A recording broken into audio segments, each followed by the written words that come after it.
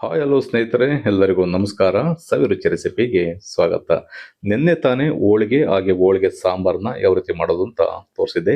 ಯುಗಾದಿ ಹಬ್ಬದ ದಿನ ಹೋಳಿಗೆ ಜೊತೆನಲ್ಲಿ ಮಾಡ್ಕೊಳ್ತಕ್ಕಂಥ ಕಡಲೆಕಾಳು ಗೊಜ್ಜುನು ಕೂಡ ಇವತ್ತು ಯಾವ ರೀತಿ ಮಾಡೋದು ಅಂತ ತೋರಿಸ್ತಾ ಇದ್ದೀನಿ. ಇದನ್ನ ಕಡಲೆಕಾಳು ಗೊಜ್ಜು ಅಂತಾನು ಬೇಕಿದ್ರೆ ಕರಿಬಹುದು, ಅಥವಾ ಕಡಲೆಕಾಳು ಪಲ್ಯ ಅಂತಾನು ಕೂಡ ಕರಿಬಹುದು. ಈ ಯುಗಾದಿ ಹಬ್ಬಕ್ಕೆ ಹೋಳಿಗೆನ ಮಾಡ್ಕೊಂಡಾಗ ಆ ಹೋಳಿಗೆ ಜೊತೆನಲ್ಲಿ ಈ ಕಡಲೆಕಾಳು ಪಲ್ಯನೂ ಕೂಡ ಮಾಡ್ಕೊಳ್ಳಿ, ತುಂಬಾನೇ ರುಚಿಯಾಗಿರುತ್ತೆ. ಈ ಕಡಲೆಕಾಳು ಗೊಜ್ಜುನ ಬಿಡಿ ದಿನಗಳಲ್ಲಿ ಮಾಡ್ಕೊಂಡ್ರೆ ರೊಟ್ಟಿ ಚಪಾತಿ ಜೊತೆಗೂ ಕೂಡ ಬಹಳ ರುಚಿಯಾಗಿರುತ್ತೆ. ಬನ್ನಿ, ಯುಗಾದಿ ಹಬ್ಬದ ವಿಶೇಷ ದಿನಗಳಲ್ಲಿ ಮಾಡ್ತಕ್ಕಂಥ ಕಡಲೆಕಾಳು ಗೊಜ್ಜು, ಕಡಲೆಕಾಳು ಪಲ್ಯನ ಯಾವ ರೀತಿ ಮಾಡೋದು ಅಂತ ನೋಡೋಣ.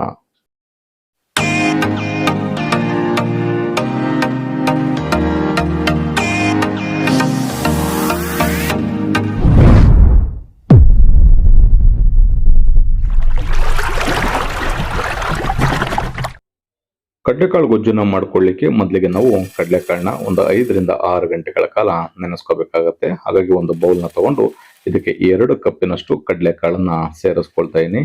ಈಗ ಕಡಲೆಕಾಳು ಮುಳುಗೋಷ್ಟು ನೀರನ್ನ ಸೇರಿಸಿ ಒಂದು 5 ರಿಂದ 6 ಗಂಟೆಗಳ ಕಾಲ ಇದನ್ನ ನೆನೆಯಲಿಕ್ಕೆ ಬಿಟ್ಬಿಡೋಣ. ಈಗ ಕಡಲೆಕಾಳನ್ನು ಅಷ್ಟೇ ಒಂದು 5 ರಿಂದ 6 ಗಂಟೆಗಳ ಕಾಲ ನೆನೆಸ್ಕೊಂಡಿದ್ದೀನಿ. ನೋಡ್ಬೋದು ಎಷ್ಟು ಸಖತ್ತಾಗಿ ನೆಂದಿದೆ ಅಂತ. ಇವಾಗ ಈ ಕಡಲೆಕಾಳನ್ನ ಚೆನ್ನಾಗಿ ತೊಳೆದು ಅದಾದ ನಂತರ ಕುಕ್ಕರ್ಗೆ ಸೇರಿಸಿ 1 ವಿಷಲ್ ಬರೋವರೆಗೂ ಬೇಯಿಸ್ಕೊಳ್ಳೋಣ.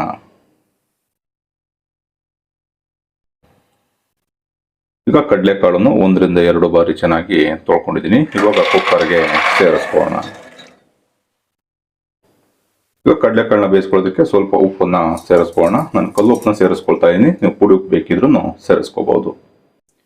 ಈಗ ಕಾಳನ್ನ ಬೇಯಿಸ್ಕೊಳ್ಳಿಕ್ಕೆ ಸ್ವಲ್ಪ ನೀರನ್ನ ಸೇರಿಸ್ಕೊಳ್ಳೋಣ. ಈಗ ಕಾಳು ಮುಳುಗುವಷ್ಟು ನೀರನ್ನ ಸೇರಿಸ್ಕೊಂಡು ಕುಕ್ಕರ್ ಲಿಡ್ ಅನ್ನ ಕ್ಲೋಸ್ ಮಾಡಿ 1 ವಿಷಲ್ ಬರೋವರೆಗೂ ಬೇಯಿಸ್ಕೊಳ್ಳೋಣ.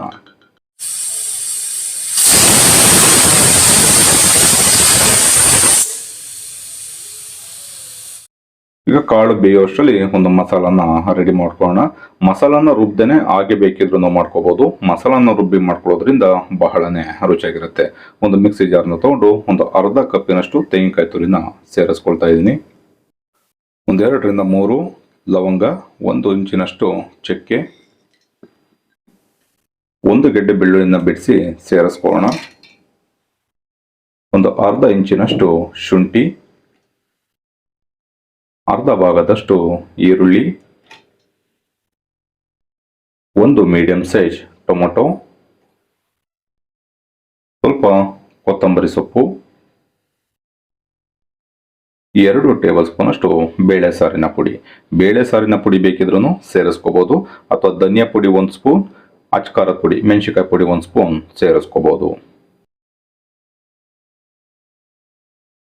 ಈಗ ರುಬ್ಬೋದಕ್ಕೆ ನೀರನ್ನ ಸೇರಿಸ್ಕೊಂಡು ಈ ಮಸಾಲಾನ ನೈಸ್ ಆಗಿ ರುಬ್ಕೊಳ್ಳೋಣ. ಈಗ ಮಸಾಲಾನು ಅಷ್ಟೇ ನೈಸ್ ಆಗಿ ರುಬ್ಕೊಂಡಿದ್ದಾಗಿದೆ. ಈ ರೀತಿ ಮಸಾಲಾನ ರುಬ್ಕೊಂಡು ನಾವು ಮಾಡ್ಕೊಳ್ಳೋದ್ರಿಂದ ರುಚಿನ ಜಾಸ್ತಿ ಮಾಡುತ್ತೆ. ಆಗ್ಲೇ ಹೇಳಿದಾಗೆ ನೀವು ರುಬ್ದೇನೆ ಮಸಾಲಾ ಪುಡಿಗಳನ್ನ ಹಾಗೆ ಹಾಕಿ ಬೇಕಿದ್ರು ಮಾಡ್ಕೋಬಹುದು. ಈ ರೀತಿ ಮಸಾಲಾನ ರುಬ್ಕೊಂಡು ಬೇಕಿದ್ರು ಮಾಡ್ಕೋಬಹುದು. ಈಗ ಕಡಲೆಕಾಳನ್ನು ಅಷ್ಟೇ 1 ವಿಷಲ್ ಬರೋವರೆಗೂ ಬೇಯಿಸ್ಕೊಂಡಿದ್ದೀನಿ. ಈ ರೀತಿ ಕುಕ್ಕರ್ ಕಂಪ್ಲೀಟ್ ಆಗಿ ತಣ್ಣಗಾದ್ಮೇಲೆ ಕುಕ್ಕರ್ ಲಿಡ್ ಅನ್ನ ಓಪನ್ ಮಾಡೋಣ. ಈ ರೀತಿ ಕಾಳನ್ನ ಕುಕ್ಕರ್ಗೆ ಸೇರಿಸ್ಕೊಂಡು ಮೊದಲೇ ಬೇಯಿಸ್ಕೊಂಡು ಅದಾದ ನಂತರ ಗೊಜ್ಜಿಗೆ ಸೇರಿಸ್ಕೊಳ್ಳೋದ್ರಿಂದ ಕಡಲೆಕಾಳನ್ನು ಅಷ್ಟೇ ತುಂಬಾ ಚೆನ್ನಾಗಿ ಬೇಯುತ್ತೆ. ನೋಡ್ಬೋದು ಎಷ್ಟು ಸಖತ್ತಾಗಿ ಕಡಲೆಕಾಳು ಆಲ್ರೆಡಿ ಬೆಂದಿದೆ ಅಂತ. ಈಗ ಕಡಲೆಕಾಳು ಗೊಜ್ಜನ್ನು ಮಾಡ್ಕೊಳ್ಳಿಕ್ಕೆ ಒಂದು ಕಡಾಯಿನ ಬಿಸಿಯಾಗಿ ಇಟ್ಕೊಂಡು ಇದಕ್ಕೆ 1 ರಿಂದ 2 ಟೇಬಲ್ ಸ್ಪೂನ್ ಅಷ್ಟು ಎಣ್ಣೆ ಸೇರಿಸ್ಕೊಳ್ಳೋಣ. ಎಣ್ಣೆ ಚೆನ್ನಾಗಿ ಬಿಸಿ ಆದ್ಮೇಲೆ 1 ಟೀ ಸ್ಪೂನ್ ಅಷ್ಟು ಸಾಸಿವೆ ಸೇರಿಸ್ಕೊಳ್ಳೋಣ. ಸಾಸಿವೆ ಸ್ವಲ್ಪ ಚಿಟಪಟ ಅಂತ ಸಿಡದ್ಮೇಲೆ ಇದಕ್ಕೆ 2 ಎಸಳಿನಷ್ಟು ಕರಿಬೇವಿನ ಸೊಪ್ಪನ್ನ ಸೇರಿಸ್ಕೊಳ್ಳೋಣ. ಸಣ್ಣದಾಗಿ ಕಟ್ ಮಾಡ್ಕೊಂಡಿರ್ತಕ್ಕಂಥ 2 ಈರುಳ್ಳಿ, ಸಣ್ಣದಾಗಿ ಕಟ್ ಮಾಡ್ಕೊಂಡಿರ್ತಕ್ಕಂಥ 2 ಟೊಮೆಟೊ, 1/4 ಟೀ ಸ್ಪೂನ್ಗಿಂತ ಕಡಿಮೆ ಅರಿಶಿಣದ ಪುಡಿ ಇಷ್ಟನ್ನು ಸೇರಿಸ್ಕೊಂಡು ಈರುಳ್ಳಿ ಮತ್ತೆ ಟೊಮೆಟೊ ಸ್ವಲ್ಪ ಎಣ್ಣೆನಲ್ಲಿ ಫ್ರೈ ಆಗಬೇಕು. ಒಂದು ಅರ್ಧದಿಂದ 1 ನಿಮಿಷ ಚೆನ್ನಾಗಿ ಫ್ರೈ ಮಾಡ್ಕೊಳ್ಳೋಣ.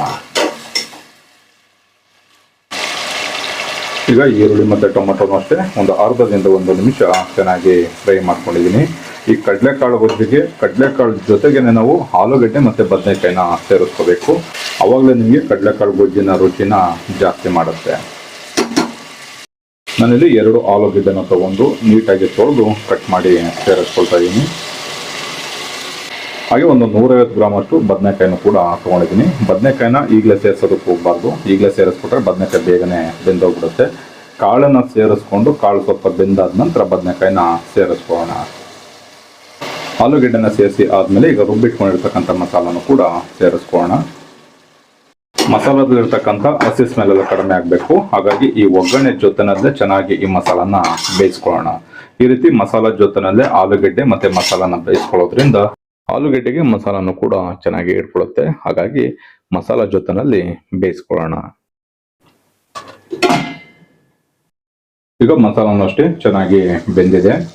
ಈ ರೀತಿ ಮಸಾಲ ಚೆನ್ನಾಗಿ ಬೆಂದಾದ ನಂತರ ಈಗ ಬೇಯಿಸಿಟ್ಕೊಂಡಿರ್ತಕ್ಕಂಥ ಕಾಳನ್ನ ಇದಕ್ಕೆ ಸೇರಿಸ್ಕೊಳ್ಳೋಣ. ಕಾಳನ್ನ ಸೇರಿಸ್ಕೋಬೇಕಾದ್ರೆ ನೀರಿನ ಸಮೇತವಾಗಿನೇ ಸೇರಿಸ್ಕೊಳ್ಳಿ. ಈಗ ರುಚಿಗೆ ಉಪ್ಪನ್ನ ಸೇರಿಸ್ಕೊಳ್ಳೋಣ. ಆಲ್ರೆಡಿ ನಾನು ಕಾಳನ್ನ ಬೇಯಿಸ್ಕೋಬೇಕಾದ್ರೆ ಉಪ್ಪನ್ನ ಸೇರಿಸ್ಕೊಂಡಿದ್ದೀನಿ. ಹಾಗಾಗಿ ರುಚಿಗೆ ಎಷ್ಟು ಬೇಕೋ ನೋಡಿಕೊಂಡು ಸೇರಿಸ್ಕೋಬೇಕಾಗತ್ತೆ. ಈಗ ಕಾಳನ್ನು ಅಷ್ಟೇನೆ ಮಸಾಲ ಜೊತೆನಲ್ಲಿ ಚೆನ್ನಾಗಿ ಮಿಕ್ಸ್ ಮಾಡಿಕೊಂಡು ಒಂದು ಕುದಿ ಬರೋವರೆಗೂ ಬೇಯಿಸ್ಕೊಳ್ಳೋಣ. ಅದಾದ ನಂತರ ಕಟ್ ಮಾಡಿ ಇಟ್ಕೊಂಡಿರ್ತಕ್ಕಂಥ ಬದನೆಕಾಯಿನ ಇದಕ್ಕೆ ಸೇರಿಸ್ಕೊಳ್ಳೋಣ.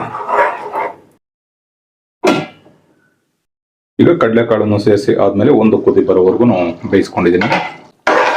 ಈ ರೀತಿ ಕಾಳು ಮತ್ತೆ ಆಲೂಗಡ್ಡೆ ಸ್ವಲ್ಪ ಬೆಂದಾದ ನಂತರ ಬದನೆಕಾಯಿನ ಇದಕ್ಕೆ ಸೇರಿಸ್ಕೊಳ್ಳೋಣ.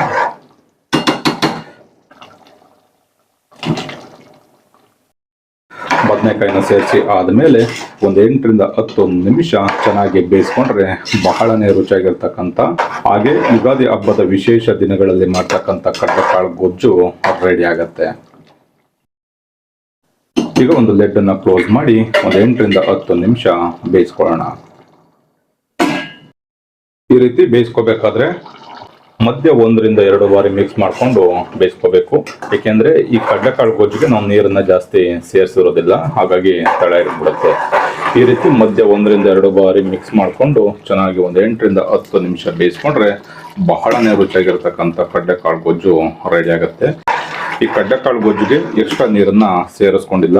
ಕಾಳನ್ನ ಬೇಯಿಸ್ಕೊಳ್ಳೋದಕ್ಕೆ ಎಷ್ಟು ನೀರನ್ನ ಸೇರಿಸ್ಕೊಂಡಿದ್ವಿ ಅದನ್ನ ಮಾತ್ರನೇ ಸೇರಿಸ್ಕೊಂಡಿದ್ದೀನಿ. ಈ ಮಸಾಲೆ ಎಲ್ಲ ಚೆನ್ನಾಗಿ ಬೆಂದು ಗಟ್ಟಿ ಆಗುತ್ತೆ. ಅಲ್ಲಿವರೆಗೂ ಒಂದು 8 ರಿಂದ 10 ನಿಮಿಷ ಬೇಯಿಸ್ಕೊಳ್ಳೋಣ. ಈಗ ಒಂದು 8 ರಿಂದ 10 ನಿಮಿಷ ಚೆನ್ನಾಗಿ ಬೇಯಿಸ್ಕೊಂಡಿದ್ದೀನಿ. ನೋಡ್ಬೋದು ಎಷ್ಟು ಸಖತ್ತಾಗಿ ಕಡಲೆಕಾಳು ಗೊಜ್ಜು ರೆಡಿ ಆಗಿದೆ ಅಂತ. ಈ ರೀತಿ ಗೊಜ್ಜುನ ಮಾಡಿಕೊಂಡು ನಾವು ಚಪಾತಿ ರೊಟ್ಟಿ ಜೊತೆ ಬೇಕಿದ್ರೂ ತಿನ್ಬೋದು, ಅಥವಾ ಹಬ್ಬದ ವಿಶೇಷ ದಿನಗಳಲ್ಲಿ ಮಾಡ್ಕೊಂಡಾಗ ಹೋಳಿಗೆ ಊಟದ ಜೊತೆನಲ್ಲೂ ಕೂಡ ತಿನ್ಬೋದು. ಇದನ್ನು ತುಂಬಾ ಗಟ್ಟಿಯಾಗಿ ಮಾಡ್ಕೊಳ್ಳೋದಕ್ಕೆ ಹೋಗ್ಬಾರ್ದು. ಈ ರೀತಿ ಸ್ವಲ್ಪ ಗೊಜ್ಜಿರಲೇಬೇಕು. ಅದಕ್ಕೆ ನೀವು ಮಾಡ್ಕೊಂಡ್ರೆ ಬಹಳನೇ ರುಚಿಯಾಗಿರುತ್ತೆ. ಇವಾಗ ಕೊನೆಯಲ್ಲಿ ಇದಕ್ಕೆ ಸ್ವಲ್ಪ ತೆಂಗಿನಕಾಯಿ ತುರಿ ಹಾಗೆ ಸ್ವಲ್ಪ ಕೊತ್ತಂಬರಿ ಸೊಪ್ಪನ್ನ ಸೇರಿಸ್ಕೊಳ್ಳೋಣ. ತೆಂಗಿನಕಾಯಿ ತುರಿ ಆಪ್ಷನಲ್, ಬೇಕಿದ್ರೆ ಸೇರಿಸ್ಕೋಬಹುದು, ಬೇಡ ಅಂದ್ರೆ ಸ್ಕಿಪ್ ಮಾಡ್ಬೋದು. ಹಾಗೆ ಸ್ವಲ್ಪ ಕೊತ್ತಂಬರಿ ಸೊಪ್ಪನ್ನು ಕೂಡ ಸೇರಿಸ್ಕೊಳ್ತಾ ಇದ್ದೀನಿ. ಇದು ಚೆನ್ನಾಗಿ ಮಿಕ್ಸ್ ಮಾಡಿಕೊಂಡ್ರೆ ಬಹಳನೇ ರುಚಿಯಾಗಿರ್ತಕ್ಕಂಥ ಕಡಲೆಕಾಳು ಗೊಜ್ಜು ರೆಡಿ ಆಗುತ್ತೆ. ಈ ವಿಧಾನದಲ್ಲಿ ಮಾಡಿಕೊಂಡು ನಾನು ಆಗಲೇ ಹೇಳಿದಾಗೆ ನೀವು ರೊಟ್ಟಿ ಚಪಾತಿ ಬೇಕಿದ್ರೂ ತಿನ್ಬೋದು, ಅಥವಾ ಹಬ್ಬದ ವಿಶೇಷ ದಿನಗಳಲ್ಲಿ ಬೇಕಿದ್ರೂ ಕೂಡ ಮಾಡ್ಕೋಬಹುದು. ನೋಡಿದ್ರಲ್ಲ ಸ್ನೇಹಿತರೆ, ಯುಗಾದಿ ಹಬ್ಬದ ವಿಶೇಷ ದಿನಗಳಲ್ಲಿ ಮಾಡ್ತಕ್ಕಂಥ ಕಡಲೆಕಾಳು ಗೊಜ್ಜು ಅಥವಾ ಕಡಲೆಕಾಳು ಪಲ್ಯನ ಯಾವ ರೀತಿ ಮಾಡೋದು ಅಂತ ತೋರಿಸಿದ್ದೀನಿ. ಈ ರೆಸಿಪಿ ನಿಮಗೆ ಇಷ್ಟ ಆಯ್ತು ಅಂತ ಅನ್ಕೊಳ್ತೀನಿ. ಇಷ್ಟ ಆಗಿದ್ರೆ ಆದಷ್ಟು ಜನಕ್ಕೆ ಈ ರೆಸಿಪಿನ ಶೇರ್ ಮಾಡಿ. ಇನ್ನು ನಮ್ಮ ಚಾನಲ್ನ ಸಬ್ಸ್ಕ್ರೈಬ್ ಮಾಡ್ಕೊಳ್ದೆ ನೋಡ್ತಾ ಇರ್ತಕ್ಕಂಥವ್ರು ಸಬ್ಸ್ಕ್ರೈಬ್ ಮಾಡ್ಕೊಳ್ಳಿ. ಹಾಗೆ ಫೇಸ್ಬುಕ್ ಅಲ್ಲಿ ನೋಡ್ತಾ ಇರ್ತಕ್ಕಂಥವ್ರು ನಮ್ಮ ಸವಿರುಚಿ ರೆಸಿಪಿ ಫೇಸ್ಬುಕ್ ಪೇಜ್ ಇದೆ, ಅದನ್ನು ಕೂಡ ಫಾಲೋ ಮಾಡಿ. ಈ ಯುಗಾದಿ ಹಬ್ಬಕ್ಕೆ ಹೋಳಿಗೆ ಜೊತೆನಲ್ಲಿ ಈ ಪಲ್ಯನ ನೀವು ಕೂಡ ಒಂದು ಸಲ ಟ್ರೈ ಮಾಡಿ ಹೇಗಿತ್ತು ಅನ್ನೋದನ್ನ ಕಮೆಂಟ್ ಮಾಡಿ ತಿಳಿಸಿ. Thank you.